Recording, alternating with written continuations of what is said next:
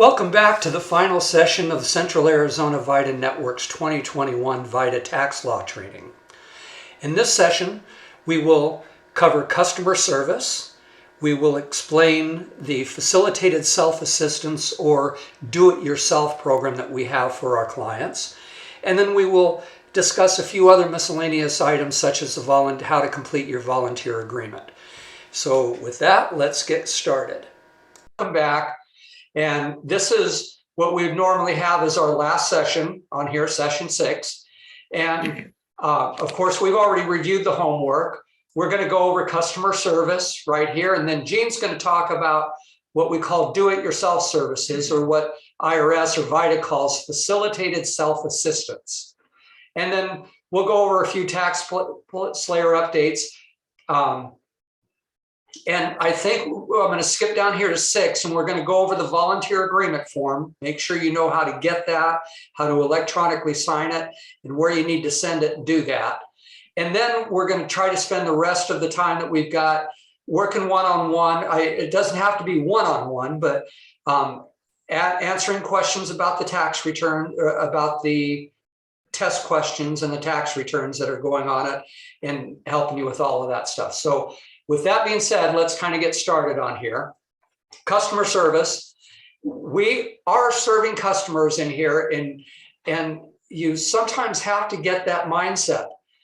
We see a lot of people that they don't understand what they're doing here. They don't understand the taxes. They don't understand the rules. They get frustrated with the rules.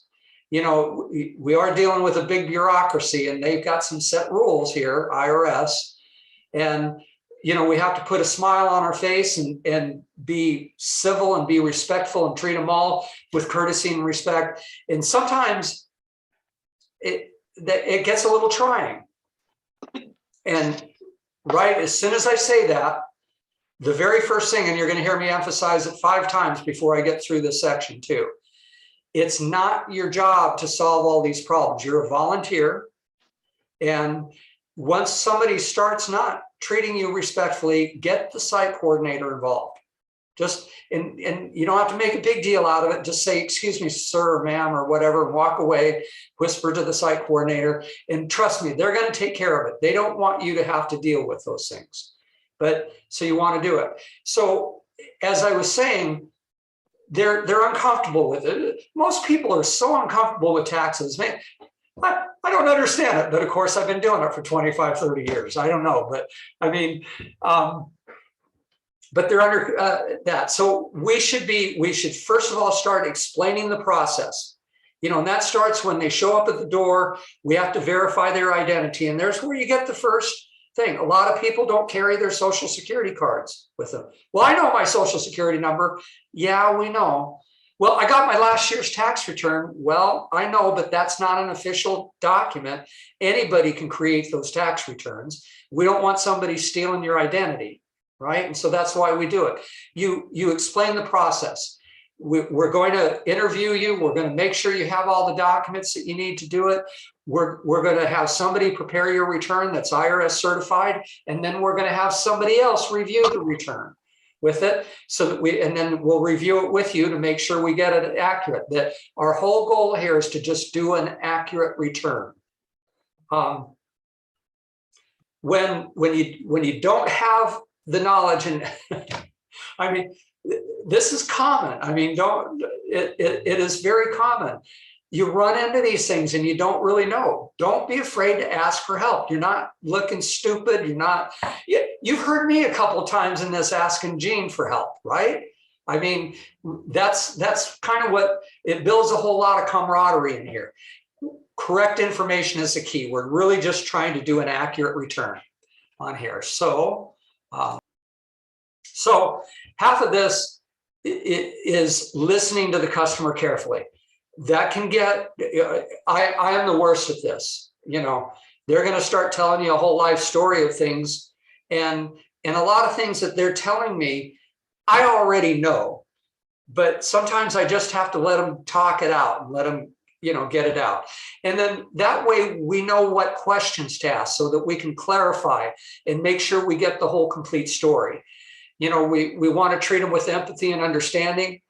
We used to have a little video that was kind of fun to play about this Asian girl and this other guy, and well, I can't explain it. The humor doesn't come out if I try to explain it right. But, you know, we want to be empathetic to people. We want to understand their situation. And when it says look for ways to get to yes, what it's saying is that,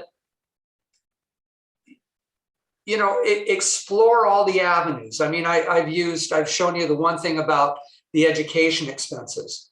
You know, is there another way we could do this that would be more advantageous? Should we claim the income on the student's tax return so that we can then use that income from scholarships, use it for expenses? Let's try it out. Let's try to explore ways that we can do that to help.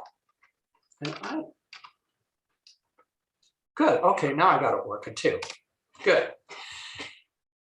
You know, my mentor in a large CPA firm, he was the smartest guy I ever knew about taxes. And two things I would tell you about him is I'd go into him with a question, and, you know, it wasn't that difficult of a question. I know he should know it with all of his years of experience. And he would always reach up to his shelf and either get the regulations or the tax code and go look something up. And it always kind of amazed me that he did. He just knew where to put his hands on it, right? He didn't try to memorize everything. And the second thing he always told me is that every return that goes out the store has got a mistake on it. Our job is to make sure it doesn't matter. And I'm telling you, we've gone through these slides. You saw somebody pointed out where we had transposed a number on one of the slides. Yeah, and you know, we've gone through we've used these set of slides. We just update them every year, and I think that number's probably been wrong on there for 3 years. You know, we haven't really needed to change that number. The point is that, you know, own up to your mistakes with humility. We all make them. It's no big deal. You apologize, you take ownership. And that's even maybe with the taxpayer too, right? It's okay. Make relationships matter is just mean, you know, Gene was just telling a story about how he kind of tries to help people with financial literacy kinds of things and making good decisions. And I'm huge on that, on trying to help people understand what's going on, doing that. So did I skip one? I'm trying to use my computer keys so that rather than my mouse. Good. Reasonable accommodations. And this is something that actually IRS. Anything okay. Hang on a second here. Let me mute that person there. Okay. Reasonable accommodations too. And IRS requires this of it. And most of the partners, we're working with a lot of nonprofits that we want to make sure that we accommodate the taxpayer if there's any kind of disabilities, any other barriers to communication. And most of the partners or IRS, we offer services to do translation services or sign language. When these sites, we try to make sure that they're wheelchair accessible. We try to remove any barrier that we can so that we can serve all of these people too. And, you know, if you see that there's a barrier to that or something, ask your site coordinator. Maybe there's something we can do to accommodate them.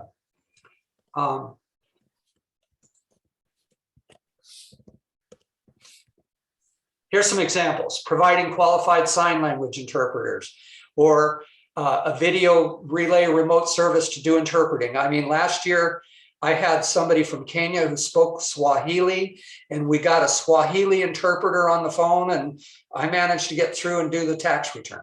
You know, I mean, it's that.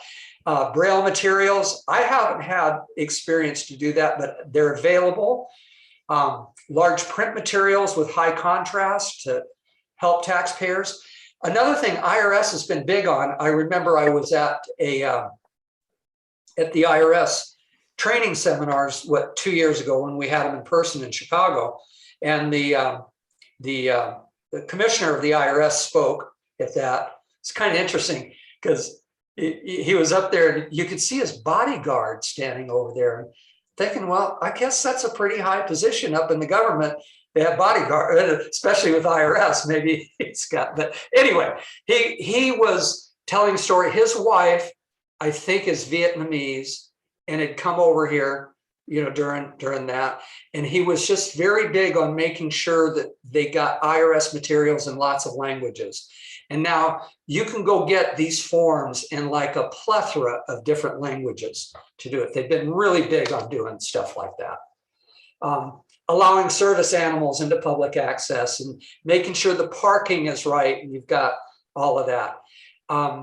Making sure we've got signage and there's adequate restrooms and things like that. So we try to do that. So this is a big one right here. Please, I'm going to highlight it. Do not argue with the customer. And we're starting off kind of in emotional states. People are kind of anxious about doing their taxes. They're anxious about whether they're going to owe. They're anxious about whether they're going to have enough refund to pay off their credit card bills. And when it doesn't go right, they sometimes get a little sensitive. Don't argue with them. It doesn't help. Get the site coordinator. Okay. If they're being loud, I would say get the site coordinator, but if you want to handle it, that's okay. But talk to them, see if you can get them outside, not around other people or something doing that. As I said, I would probably put this one up first right away. I'm not so big on the customers being always right, but that's the attitude you've got to take, right? Is help them understand what's going on too. Never, ever tolerate them threatening you. Never. As soon as that starts happening, you get the site coordinator, the site. It's only happened to me once. And luckily the site that I had at Scottsdale Community College was in the library building. We were in one corner and the security was in the other corner. And I just walked out and got security, and they came in and escorted the person out. It never, rarely ever escalates to that kind of a situation, but, do not, this is not worth you getting threatened over too. Emphasize shredding documents, not leaving any forms of personal information behind. These things will vary from site to site. We were finding like some at City of Phoenix sites, we were, we were copying materials, and then the site coordinator would have to guard them. Actually, at one of my sites at Via Linda Senior Center, we would have them drop it off. We had a lockbox, and the site coordinator there kept them under lock and key for doing that. At the college sites, like at Paradise Valley or Scottsdale Community College, we have an agreement with the colleges that we do not keep anything that has any identifiable information whatsoever. We give them back to the taxpayer. As we kind of got into the tax season last year, TaxSlayer started allowing us to upload documents, so we could scan documents and upload it. So towards at the year-long site I ran, we got where we were scanning the documents, putting them into TaxSlayer and giving them back to the taxpayer before they ever left, so that we kept nothing there. So it depends on the site you're working at, but there's more to it than that as well. For instance, in my Scottsdale Community College site, it was a room in the corner of the library. It had about 12 computers, and everything was kind of close together. And so you had to be careful. You guys all know this. I have a loud voice, and I have to watch myself. If I'm sitting there doing that, I want to say, "Oh, so your account number is," no. And people are a little sensitive about their information. I used to try to let them see the screen, and I would point to things on the screen without really verbalizing too much. But you try to be sensitive about their confidential information. I'm going to stop right there and let Gene take over, and he's going to talk about facilitated self-assistance. There we go. Okay, facilitated self-assistance, the IRS terminology. We call it do-it-yourself tax assistance. Remember, people pump their own gasoline now. We use our automatic bank tellers. We print our own boarding passes. We even scan and pay and bag their own groceries. So we're going to use the same approach with doing taxes. We're adding that self-service option, and that it will expand the IRS's current tax assistance programs. 4 years ago, the only way I was taught to do taxes was to sit down and one volunteer would assist one taxpayer at a time. But now with FSA, I can walk around the room and I can help 15 to 20 volunteers, 15 to 20 different taxpayers working on their own tax return and provide them assistance when they need. So this increases efficiency. I was telling Jim earlier that at the Paradise Valley Community College site, we do between 300 and 400 returns in a 10-week series, just meeting on Saturday mornings. And the year that we introduced do-it-yourself taxes, we did about 300, and I want to say 370, but maybe a little bit more or less. But we did 85 returns that were do-it-yourself returns. And the do-it-yourself tax return is because of the URL that they create, that we give them to start their account. That's credited to the city of Phoenix. In other words, the city of Phoenix gets to add their tax return into the number of tax returns that we did as volunteers, even though we didn't actually do the return. So in order to do a return using FSA, we encourage all the volunteers to do their own return using the FSA link provided by the site coordinator. Nowadays, ever since that came out, I've been doing my own return here at home. And I just use the FSA link, the URL that was sent to us, the website address, and I go ahead and do our taxes. I did my dad's taxes for the last couple of years using the FSA link. It really helps me understand how to help the clients who use the system. Now, as a first-year volunteer, you are probably not going to be asked to go over and help out the client who's using their own do-it-yourself tax situation. But the nice thing is, if you run into that situation, it's using the same software to what you use as a tax preparer. So the person using do-it-yourself is using TaxSlayer, and you're using TaxSlayer when you input returns. One of the things that we always try and stress to volunteer facilitators who are helping out with do-it-yourself, you have to make sure you get the correct address from your site coordinator. And we can't post that. We can't write it up on a whiteboard or put a sign on it saying, please use this website. It can't be posted. Part of the agreement is that we keep it private. And but we do give each client a handout to work from, just like you have the handout for how to record your login and username and password for your Lincoln Learn account and for your practice lab. We give out the client a handout that says, okay, this is your username and your password for your tax return information for your do-it-yourself stuff. And we tell them, hey, every once in a while, you might click on the wrong link and wind up at a wrong website that says, oh, there's a fee for this. Because the do-it-yourself through TaxSlayer, there is no fee. For instance, let's see, what's it called? freetax.org. It's listed by the IRS on their website as a free tax service. Well, it's a partnership or an agreement. I think it's with H&R Block, which is providing the software for it. Well, it's free for doing a federal return, but when you click on, I want to add a state return, then there's a fee. Ours is free for both federal and state.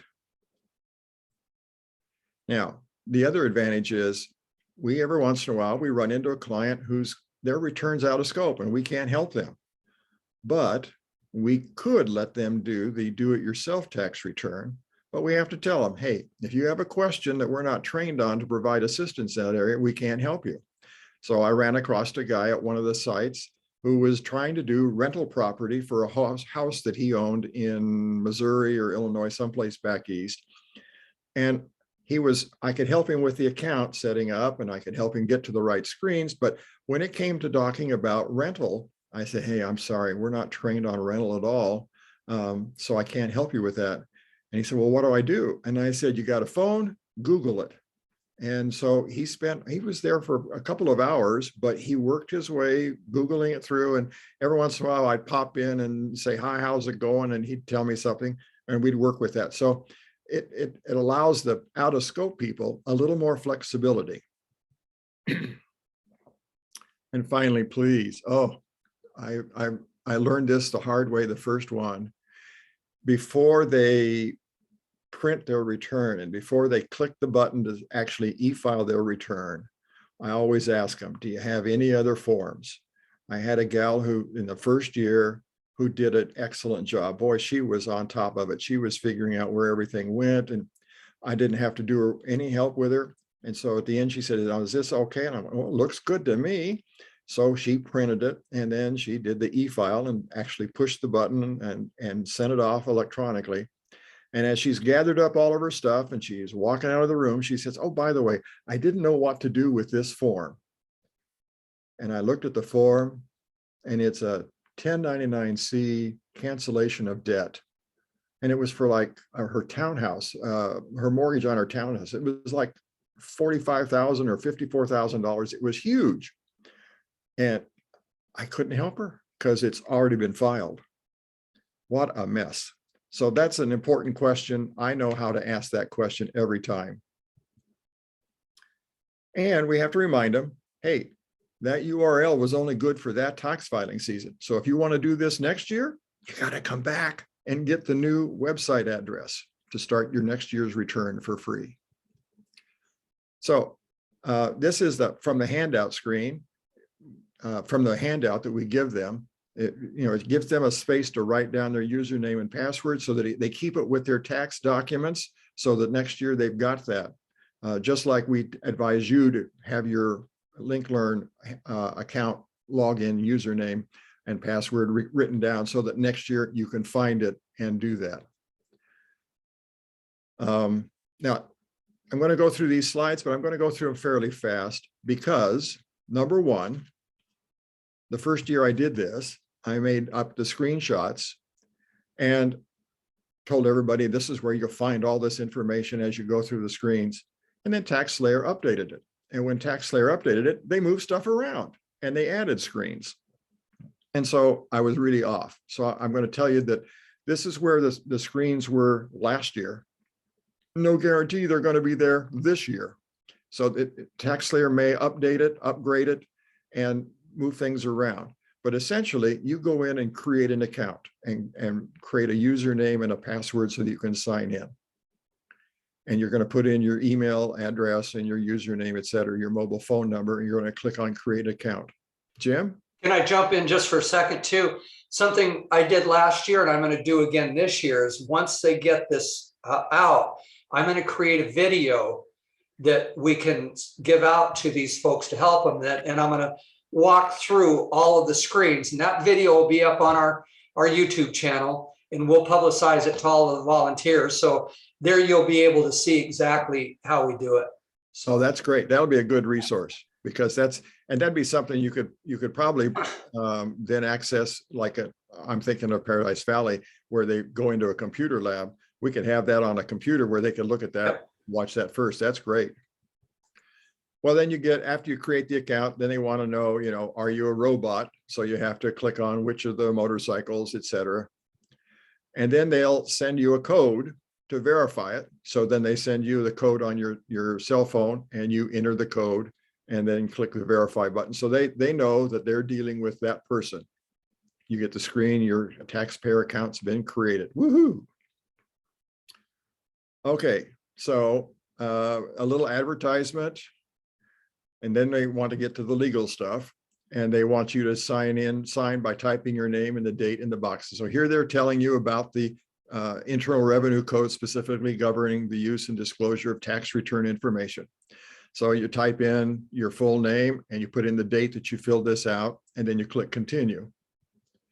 And then it shows you, at least it did last year, a screen. So you can buy an upgraded screen. You can buy a $17 or a $37 program. But we say, hey, do the simple free, file for free. It's free, it's $0. So that's the one you click on. Then it brings you to a screen where you can scan in your documents to upload with your return. I tell my clients, just skip that. We're not interested in doing scanning. Actually, at the site we're at, we don't have a scanner that's available to them. So we tell them to skip it.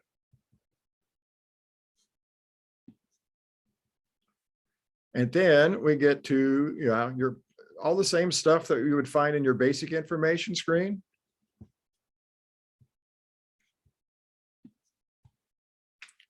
Again, notice those checkboxes that were at the bottom of the tax layer form. You put in your name, address, and then you get these checkboxes. So you can check those, then you click continue. It's just the same stuff, the same software that we've been using with TaxSlayer for the last 2 days.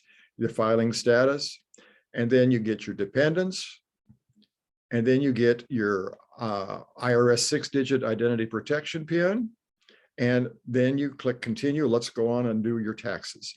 Now, then they ask a question about quick file. Quick file is if you know which form you're going to use. So if you only have a W-2 form and you want to do, just give me a W-2 form, you could click yes. We recommend no. That way, the software will guide you. It'll ask you questions. It's kind of like TurboTax that you can buy at Costco for $75 that will ask you questions in an interview format. It takes a little longer, but you just answer yes and no. So then it brings up a screen. I want to be guided. No, show me the files. Well, we recommend, I want to be guided. Answer the questions about my tax situation. Hit continue. Then the first question is, do you have any W-2s to enter? Yes or no? Well, if you click yes, it then brings up a W-2 for you to fill in. And we tell the people, just fill in all the information. If you see it, key it. And you keep filling in all the boxes that you have to fill in. And then you hit continue. Does this all look familiar to you? So if you need to add another W-2, you click the add a W-2 statement and you click continue. And if you need to edit or delete, there's those three little dots over there. And then we get to your interest and dividend, et cetera, blah, blah, blah. You know, it just goes on, and it's the same kind of walking you through step by step. If you say yes, it'll bring up the form. If you say no, it moves on to the next form. After you've done all the income, then it asks, well, how would you like to enter your deductions? Again, we recommend guide us, please. Or maybe you don't have any deductions. You're just going to take the standard deduction. You can click down to bottom, skip deductions, and then click continue to move on. After you've done deductions, it'll bring up the other taxes menu. Now, last year, it didn't guide us through other taxes. So some people I had to help them choose which thing they ran into. And a couple of people were self-employment tax, and I had to point them to this, but that was all I did. Then it takes you to the payments and estimates menu. Just like in TaxSlayer that we use, the do-it-yourselfers are getting the same menu. Miscellaneous forms. And then health insurance questionnaire, just exactly the same as what we've got as we're preparing returns. Then your federal return is complete.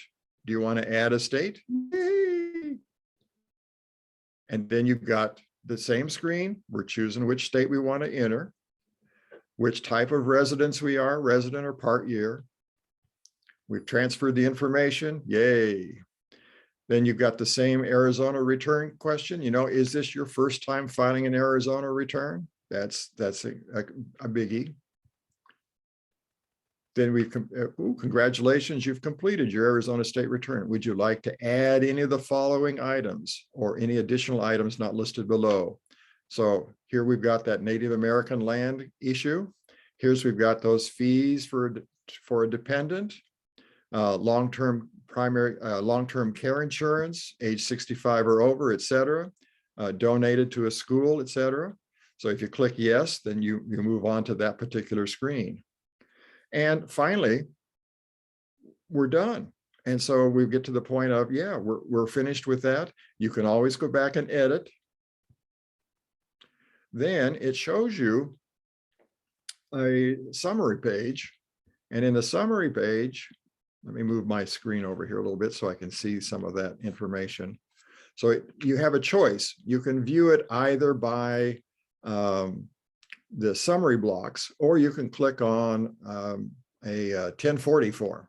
And sometimes I tell the client, hey, just move back and forth between the two and you'll be fine.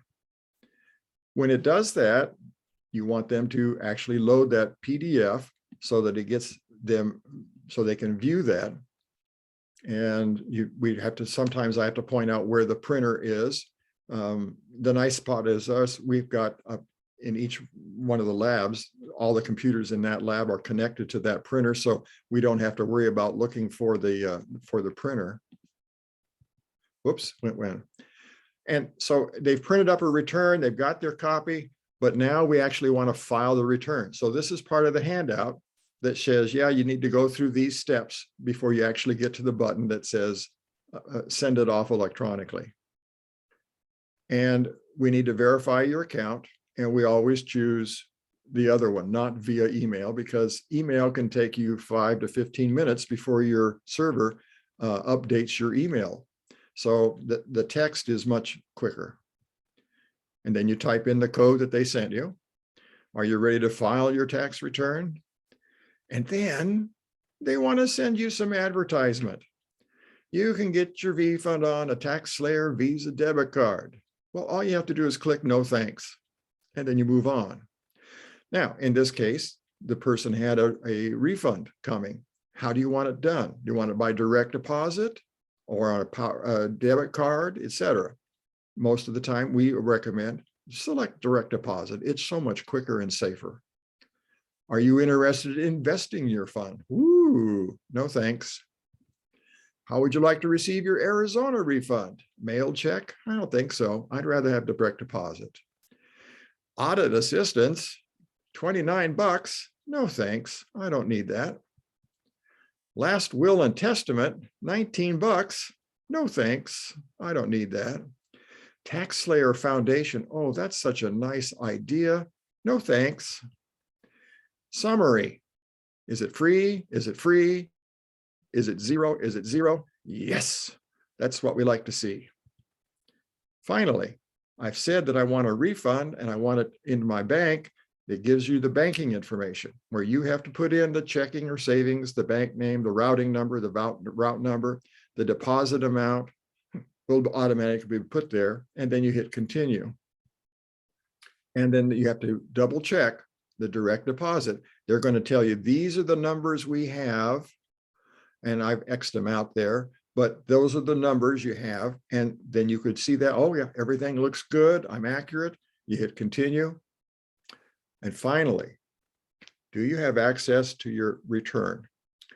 If yes, I have my 2018 return with me, your prior year return.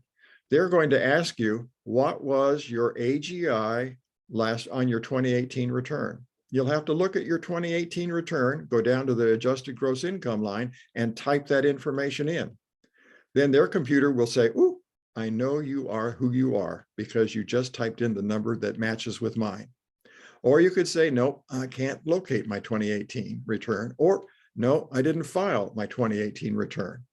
And so if that happens, they're going to ask you to put in a 5-digit PIN, and they'll automatically populate this for you. And then one last time, they're going to give you their email information, your phone number, your mobile phone number, the taxpayer details, the consent for disclosure. You're going to read through all of it, make sure it's all right. You don't have to edit anything. You'll click continue at the bottom. And then finally, they say, ooh, what if you're a robot? Well, one more time, now you have to enter the code up here just so that you can prove that you're not a robot. And then, hallelujah, you're done. You just click the button and it's transmitted. At that point, the return has left the computer and it's on its way to the IRS.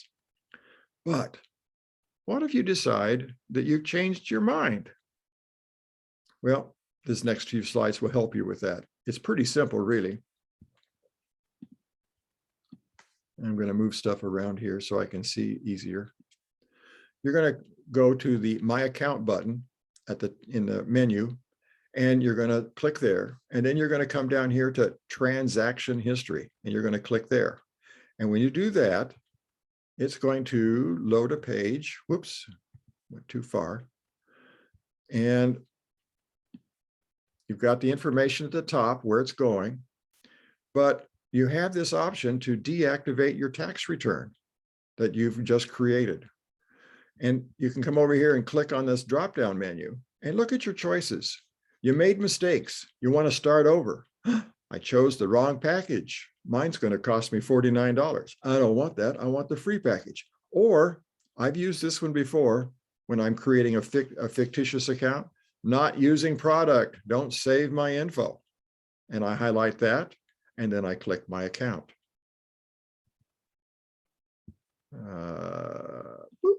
Okay.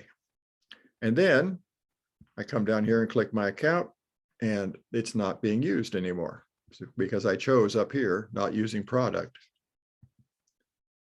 And then you save and log out, and you've done your taxes electronically, and you filed them for free. And then finally, we want to remind clients that there is a way they can go and check on how their refund is being processed. I don't really worry about that too much. It's part of the handout we give to them. But what I found the last couple of years doing my taxes is that I get an email from TaxSlayer about 10, 15 minutes after I've transmitted my return. And the email says, the IRS has accepted your return. And then about an hour later, I get an email that says, the IRS has transmitted your return to Arizona. And a few minutes later, I get another email, Arizona has accepted your return. So I know it's being processed. And then I just have to, if I am going to get a refund, I just have to start looking at my bank account to see when it gets put in there. What I have found in the last few years, even through COVID, is that when I do a direct deposit for a refund, I normally get that direct deposit from the federal government back within 10 days, at about 10 days, maybe 12. And the state, I get within 14 days. My dad's return last year actually showed up 5 days later with his refund in his account. So it's really quick. All right, let's see. I don't think there's anything else. I went through it fast. There's not a lot you need to worry about because I doubt you're going to be helping out with the facilitated self-assistance. But what we want you to do is be prepared that you might want to try it. And but your site coordinator may say, could you go in and help so-and-so? They're asking a question about, or maybe somebody's already in the room and there's a few more people. They ask you to go in and help out. You'll at least know the forms that they're looking at. And so it would be, that's the only reason we're sharing it with you, just to make you aware that we have this service available. And as you become more years of volunteering, you'll get to the point where you'll feel comfortable walking around people who are doing it themselves and being able to answer questions. And let me just kind of hop in a little bit. You know, last year was pretty odd because we didn't have a lot of sites open, and even the ones that we did, people didn't really want to come and be around other people and all of that. So we started trying to do some kind of remote assistance. I would enable Zoom sessions to where I would help clients over, just kind of like we've been doing this session, sharing screens. Or we had other volunteers that would get on the phone with people and try to walk them through doing that, answer questions for them when they had questions. I had an email account set up and I would sometimes answer questions. And so, and the reason I'm telling you this, I don't think we're going to ask you to do any of that, but if you're doing your own return, there'll be some assistance for you to help you do that too. Okay. Want to do just a little bit of a review before we get into the volunteer agreement. You're going to have to pass the appropriate testing before you can volunteer at any VITA site. And remember, when you go into your LinkLearn account and have logged in and used your password, then you're going to click on the advanced tab before you can take any of the test. And you're going to want to take, you've already taken the volunteer standards of conduct and you've already taken the interview and quality review. Those are both 10-question tests. The next one up will be the advanced exam. If you had site coordinator training, it means you clicked on the button that you wanted to be a site coordinator. And I don't recommend that for anybody. That's a lot of work. Once you click on a particular test, like the volunteer standards of conduct, this window appears and there's a launch button, and you have to click the launch button in order for the test to start. Once the test loads, you'll see the title up here, and then you'll click Start Assessment here in order to actually start the test. The first question will pop up. You'll have some possible answers with little bullet points, and you'll click in the one point that makes the answer what you think is the best answer. And then you have to click Next. If you don't click Next, you're not going anywhere. And it will take you then to the next question. You'll do that for all 10 questions or 35 in the advanced certification test. It will then give you a screen where it shows you the question and what you wrote down as an answer so that you can review them, make sure you're happy with all of them. And then you click the Submit button. And when you click the Submit button, then the test is checked. And as soon as it's checked, and it normally takes a second or two, it will then give you a listing. It shows you all the questions and whether they were correct or incorrect. I always tell people, whatever question you missed, circle it in your 6744 book. Go back to it and study it. At the bottom of the page, it will show you your score. And as long as you passed with 80% or better, you're ready to go. Then you go up here to Exit Course, click on the X in the upper corner, and that will take you to the next screen. Now, once you've passed those 3 tests, you'd still need to complete this volunteer agreement form. It has to be signed and dated because it confirms the test passed and your certification level, and it must be signed by your site coordinator. Yeah, it's on my computer. It shows I'm sharing my screen. So this on the back on your Link Learn page, after you've taken the test, then you've got 2 boxes up in the upper right corner. You may sign your volunteer agreement electronically. You put a checkbox there. And then under the second box, underneath the line with the name, it says click here to open and complete your volunteer registration. Click Print from the file menu to print the page. So if you'll just click there, that will then download the volunteer agreement to your computer. Oops. And it will then show that. Let me get my screen over here organized. My chat box keeps popping up here. You know, I ought to just close the chat box because Jim's watching that. I don't need to do that. So it will show you your volunteer agreement for your VITA TCE program. And you're going to come up here in the upper, normally it's in the upper left-hand corner. There's a file menu. You'll click on File, then you'll click on Save As. And instead of, this file is just titled the volunteer agreement.pdf. Well, if 200 volunteers send their volunteer agreement into Stephanie at City Hall in Phoenix, Stephanie's got to open each one and deal with it. Well, it helps if you'll change the name of the file. So click on File, click on Save As, and then you change the name of the file. And you change it from 13615 agreement, change it to first initial, last name, 13615, and the year 2021. And then you print out a copy for yourself to keep, to give to your site coordinator, and you email the file to vita.taxhelp@phoenix.gov. And Stephanie will get all of those files.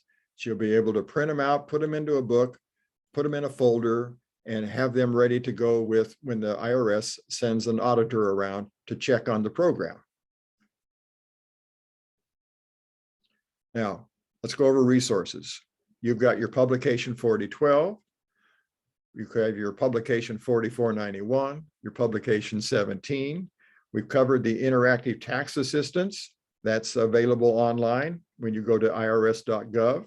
These are all available for you. But you've got your site coordinator, you've got your volunteer hotline. And I said, that's a great thing if you're Monday through Friday, 8 to 5 Eastern Standard Time Zone. But it's not available if you've got a site that's open on Saturday. I tried to call it one time. Now, in the particular case where I tried to call it, I got the client to agree to let us hold the return until the next week when they could come back. And on Monday, I called the hotline, told them what the problem was that we were having, and they fixed it for me. And so I didn't have to do anything else except until the next Saturday when the client came back. I explained what had happened and they were happy. We printed it out, they signed for it, and et cetera. So all of these are available, especially that phoenix.gov/EITC, the VITA volunteer resources. That's where a lot of things are stored for you. You can just click on that folder and download whatever you need. And finally, thank you. Not only thank you for just being here, but thank you for agreeing to try and accomplish this with 3 days of training. This has been very intense, and I know your head is swirling with all this ideas and all this information. The problem is, and the point of it is, you will be able to sort it out. And as soon as you get into the site, if you can struggle through the 3 tests, when you get into the site and start doing volunteers, start doing returns, you're going to find yourself going, oh yeah, I remember where this is. Now it may come slow. It may take you a few returns or a few days to get to it. But by the April 15th, you're going to be talking to other volunteers about, oh yeah, do you remember how to do this? And lo and behold, you may wind up saying, oh, I know where that's at. And then you'll help them. So it will get better. Well, this concludes the 2021 VITA tax law training presented by the Central Arizona VITA Network.